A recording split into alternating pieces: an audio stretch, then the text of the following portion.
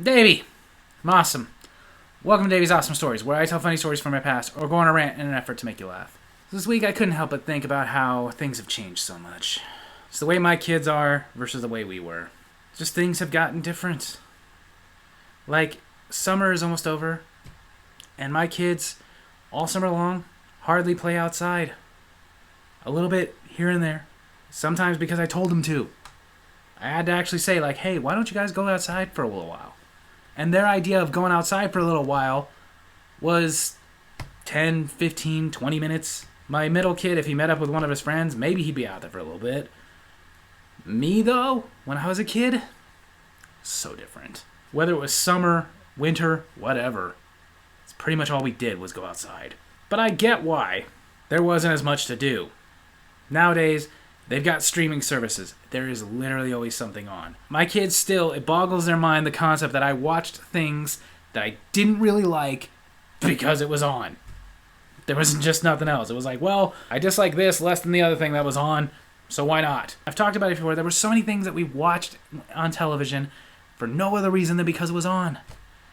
I remember watching infomercials more than once. Infomercials for the same friggin' thing. Like almost every kid from my generation remembers sitting there watching the infomercials for those Dean Martin celebrity roasts over and over again. Why? Because that was the only thing that was on. But now we have streaming services. I don't have them all, but I have plenty. There's always something to watch. And if there's nothing they want to watch on those streaming services, there's YouTube, there's TikTok. Again, so much stuff. There is never nothing on anymore. We would sit there and watch music videos all day long. One, because they were available. Two, because a music video we liked was going to come on eventually. But we'd sit through the ones we didn't like because there's nothing else on. They're video games. The video games nowadays, they have the online multiplayer. You can play with many people. You can play a video game literally for years and never get bored of it. Our video games, you were going to get bored of them eventually. Like, it was only going to entertain you for so long to get from point A to point B while jumping on people's heads. But it just kind of made me think, like, even the way I would sit there and ask, I'd sit there and go like, hey guys, why don't you go outside? And it's a question. They'd look at me and say, nah, we don't want to. Or they would go out there, come back 10 minutes later like, I was bored. The biggest thing they would say is like, it's hot. We didn't care if it was hot. We ran around and sweat all day. We didn't care. But I just remember that, my dad coming up to us and saying, hey, it's sunny outside. Go play. And that's just the thing, is I'm sitting here asking. He wasn't asking. He was telling us, go outside. Whether that meant go in the backyard, if we had one, go in the front yard or porch, depending on what we had, or just go somewhere. We did. All the time. The only protest we might be able to put up is, Dad, I haven't had breakfast yet. Sometimes it'd be, go ahead and get some cereal. Sometimes it'd be, get one of those granola bars that has the chocolate chips in it. That's your breakfast. Go outside. Because if my dad was there, that meant this is his day off, and he doesn't want me ruining it. But then my kids will ask me stuff like, what did you guys do outside? Whatever. Sometimes things it was fine to do, sometimes things we shouldn't have been doing. Where did you guys go? Wherever. Everywhere. I'll give the kids this. Part of that is not their fault, because they are not allowed to do what we did. Because people look at me and they go like, are you a millennial or are you Gen X? I don't know, honestly. Because it depends on what list you look at. I've looked at several lists. Some lists say, no, I was born a year or two late. Some say, yes, I was born a year or two before. I was born on the cusp. However you slice it, I was born right as Gen X was leaving and right as a millennial was coming in. And I think it's unfair that we don't get credit for the fact that the way the Gen Xers talk about growing up, so did we. We did the same things. We went outside all day.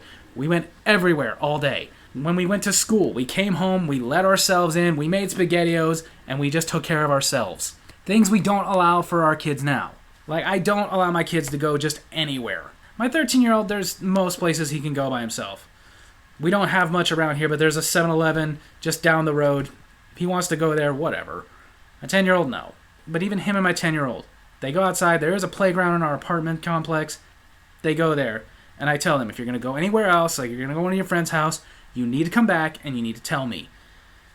And there has been incidents. They didn't tell me. We found them there and they got in trouble. My parents didn't think to do that. It's not that they didn't care. They just didn't think about it. But we'd go outside for 3, 4, 5 hours at a time. They had no idea where we were. We didn't tell them where we were going. We just left. Our parents had one rule, and that was when the street lights come on, that's when you come home.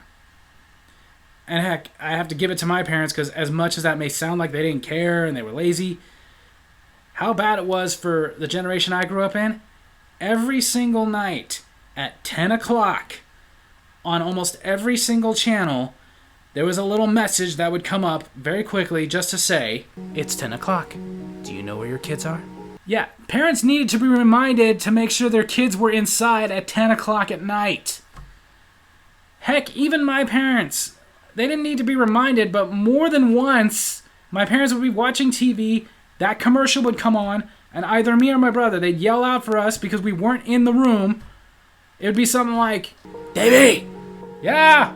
Okay, just make sure. He knew I was supposed to be in by that time, but he wasn't 100% sure I was there.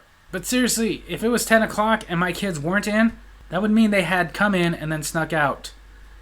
Because way before 10 o'clock, they're in here. And we do that because we know more nowadays.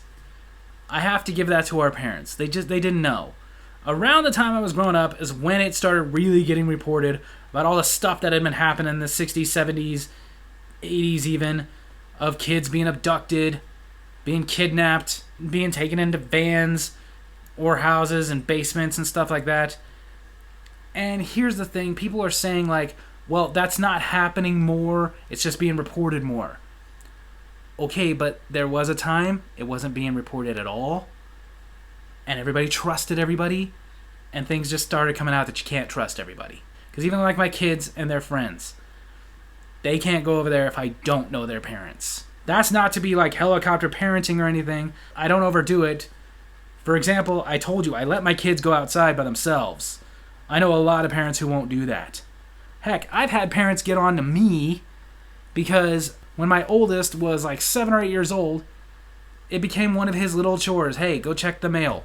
The mailbox in the apartment we lived in at the time was just literally down the hall. Close enough to where if I poked my head out the door, I could see the mailbox. So we would tell him, hey, go get the key, go check the mail. And one day we did that, and somebody was there, and they were like, you let him go by himself? Yeah, it's just down the hall. But all by himself? Yeah, it's just down the hall. But what if something happens? It's just down the hall. But you never know. It's just down the hall. I was getting crap as if I was a bad parent for letting my kid walk 10 feet without me there. So I don't believe in helicopter parenting. Yes, could something happen in 10 feet? Yeah.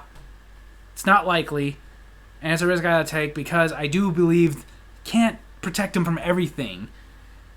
It's just the way it is. Because if you protect them from everything, they grow up and they can't do anything by themselves. Nothing. I've known grown people, not my age, but 20s and stuff, who their parents do the most ridiculous things for them. Like, I know one guy who actually told me that he needs to get a new tire, there's obviously a leak. And while he was telling me that, said, my dad has to keep meeting me at the gas station to put air in my tire. He meets you at the gas station to put air in your tire. He was talking about that as in this has happened more than once. No way my dad would have ever done that. My dad didn't even teach me how. A friend did. I asked a friend, can you go with me and show me how to do it? Make sure that I don't overfill it and all that stuff. He went with me one time. The only other times that any friend was ever there is if it just happened that they were there and I needed air. But one time, he showed me how, and that was it. I remember there was somebody I knew before every bill was payable on the internet, back when only some, that he didn't know how to pay his bills. I didn't know how to pay bills either when I first got on my own. I asked a friend, like, hey, how do I pay this? And they simply told me, go to the store, put it on the counter, pay it. I went to the store, I went to the wrong counter. I thought they meant the checkout counter, they meant the customer service counter. Whatever. One and done. This person would give their money to their parents, and they would go pay it for them. No way in hell my parents would have done that for me. That's why you gotta let them go out there and get in a little bit of trouble. As much as, yeah, you may be risking stuff, you can't live in fear. You gotta let them learn, or they're gonna grow up and be ridiculously dependent on you. So to an extent, yes, they have certain rules. They have to let me know where they're going. They have to be back by a certain time. If they're going to be out there too long, I've told them, like, if it's been a while, come in, just let me know you're okay. But we didn't do that when I was growing up. My brother and I would go find some friend on the street we lived on, or in the apartment complex we lived in, or the trailer park we lived at. We moved a lot. We'd go find the one or two friends we had that nobody else wanted to be friends with either. Didn't necessarily like them, just whatever. And we'd literally go everywhere. I talked about I don't mind my kid going down to the 7-Eleven down the street because it's literally just down the street. I remember living in that trailer park, for example. We used to go to an AM/PM that was literally 2 miles away on a whim. Take $1 or $2, get a couple candy bars, because you could do that back then. My parents had no idea what we did. My parents never knew, unless they just asked while we were having dinner that night. They'd say something like, hey, how was your day? And we'd be like, well, yeah, we went to Chris's house, and his mom wouldn't let us play there either. So we went to AM/PM, and we bought a candy bar and a soda and just kind of split it. I know, gross, but, we did that. And then we just kind of walked around for a while, and then we're like, hey, that lot's over there, the vacant lot where they like to drink at night, with that wall that is there for no reason. There was always a field with a wall. And I mean just a wall. And a perfectly shaped wall, too. Not like there used to be a building there and it crumbled, but there was just a freaking wall. Like somebody was starting to build a house and went, screw it. And we got over there and we were like, hey, let's go see if there's more beer bottles like last time. And then we got around, and yeah, there were lots of beer bottles. But our target was gone, so we had to go find another rock and draw another target on the wall, and we just threw the beer bottles at them for a while. And then we came back and we got a snack. That's why we were always the base house. Like I talked about, this was how it was growing up. There would be base houses. In that, like, you'd hang out with your friends, and you hung out outside, but there was a house that you kind of used as like home turf or something like that.